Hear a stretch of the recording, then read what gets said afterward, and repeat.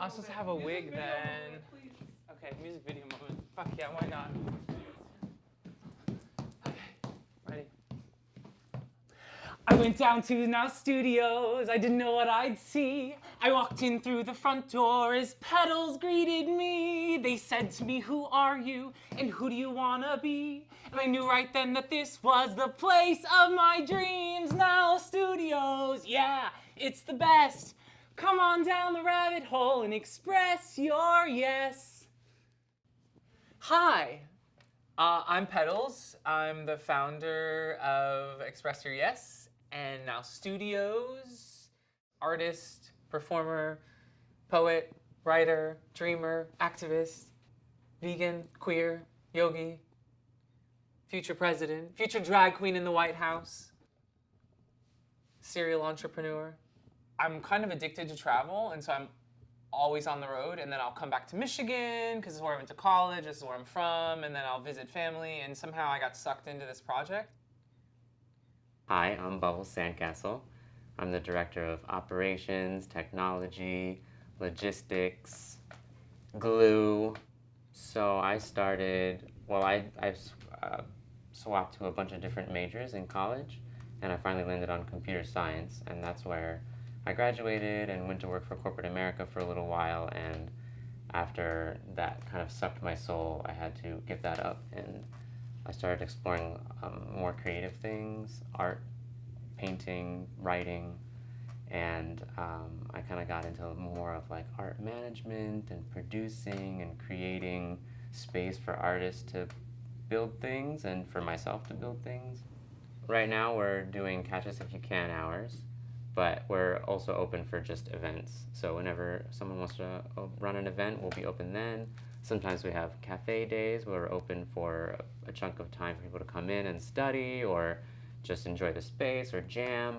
But that's all kind of erratic and Catch Us If You Can. So I think it's very hard for a lot of people to find space on planet Earth, myself included, and feeling safe. Not only safe, but like celebrated. We don't have a lot of choice, it seems. It seems like we're all just moving along on the conveyor belt, and we're little cookie cutter things, and we're kind of, this is what you do to be cool, this is where you live, this is where you this, and it's all kind of, whoa! And when you sort of stop all of that, and you say, okay, what am I doing? What am I here for? What's going on planet Earth? And so it's just been like a long dancing process of reestablishing space for non-normative people.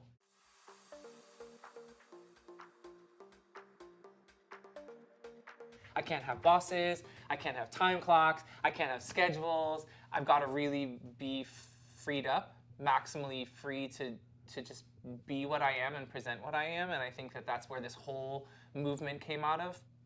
So let's go back to 2008. I'm a high school teacher, I'm 23, I'm in the inner city, all of my kids are predominantly Hispanic and African American. A lot of my students don't know the difference between 2, 2, and 2, T-O, T-O-O, and T-W-O. And you start to see how much the system is designed to fail certain pockets of people, whether that's because of race or socioeconomic status, whether that's because of gender, orientation, or religion. To be ushered into the margins, for whatever reason. Like to be a non-straight, white male.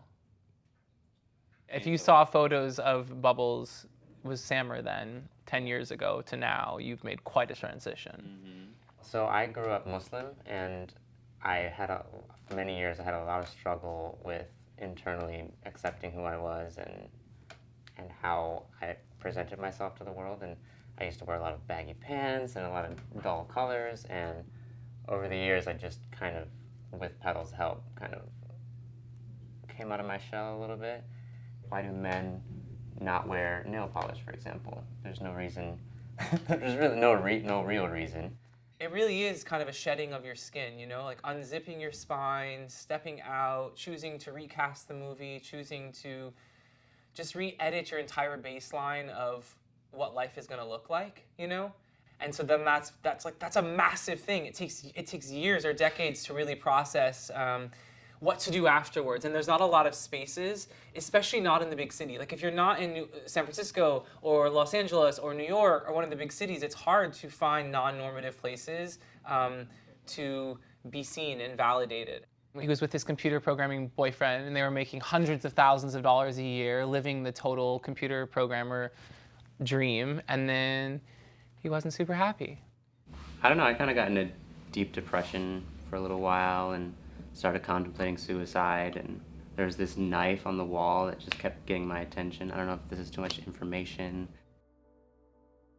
He was talking to me about his journey through life and through the world and how he handled all of this sort of like existential crisis type feeling that started to come over me. I finally joined this little dance group studio in San Francisco and was going every day, like 5 days a week. I did that for like 6 months, and that I think really pulled me out of my depression. And at the end of that, I was starting to feel better, and that's when he was calling me regularly. He was like, I'm doing this in Michigan, you gotta come, this is amazing. And then I just kind of broke up with my boyfriend and came to see you. I started making my first project. This is like our 5th brick and mortar space now studios. So the first project was that. It was like, what would we do if we just opened up a place for just dreamers and queers and drag queens and poets and people who don't want the recipe that was written for us. Like the pre-chewed prognosis doesn't fit, and also we don't want to be angry our whole lives about it. So it seems like the only way to exit the system and still have a good life is to build some new thing.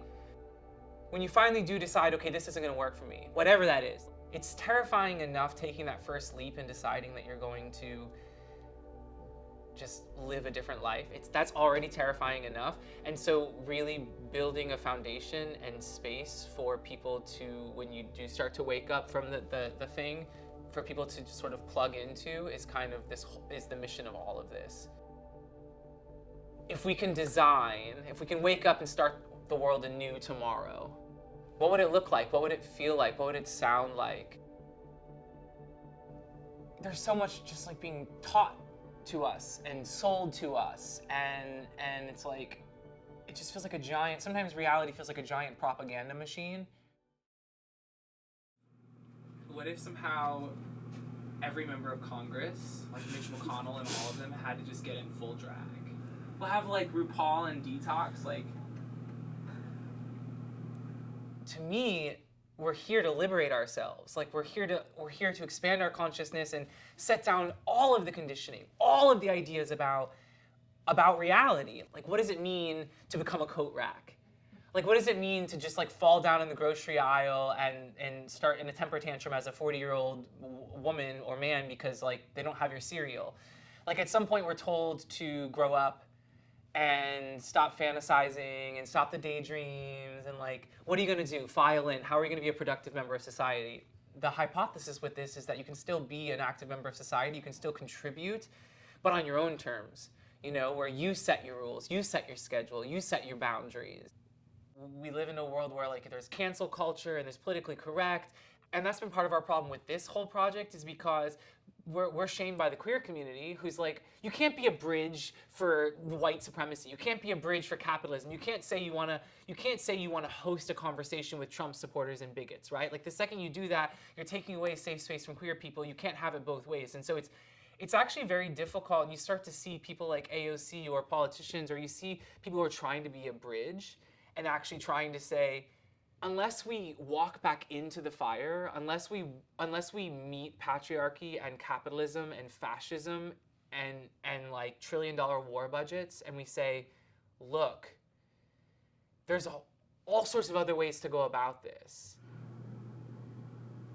It is about art and creation, but it's ultimately a political movement. It's using art, it's using the medium of creation to create political change, to create equity, to create a more socially just, more conscious planet. The system kind of designs people to almost lose their identity and lose their individuality and lose their own unique perspective on reality. That's the first biggest thing with all of this, is like how to get people to realize that they have a first-person narrative in the game. I am me. Next up, all the way from Ann Arbor, Michigan, we have a few members of Amazing Blue. Yes,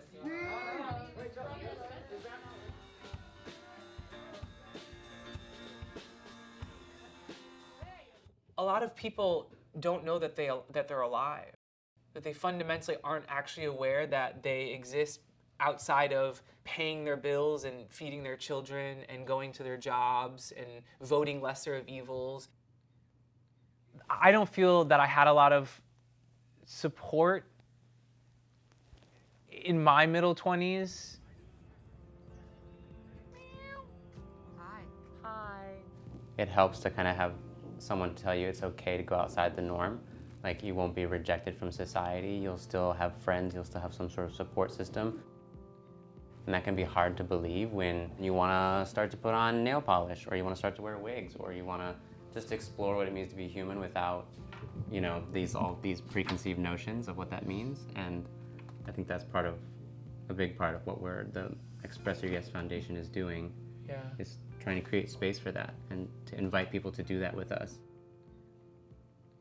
It's scary to feel alone. It's scary to feel isolated. It's scary to feel like if you make certain decisions, you might end up being super vulnerable. I just don't want people to be sad anymore. I'm just like so sick of so many people being so sad. And I don't want to be sad. And I know how powerful just playtime is. Like, it is powerful. It's powerful. It's powerful. It's like amnesia. It's like waking up one day and saying, that didn't feel very good. Let me try this. And then, well, that didn't feel very good. And just kind of figuring out what feels good and what resonates. And then doing that, and doing more of that, and doing more of that, and doing more of that. I think we're all so afraid. We're afraid of doing it wrong. We're afraid of messing up. And to just like, no, I'm going to just hop in a different car. I'm just going to completely just burn down everything and start again.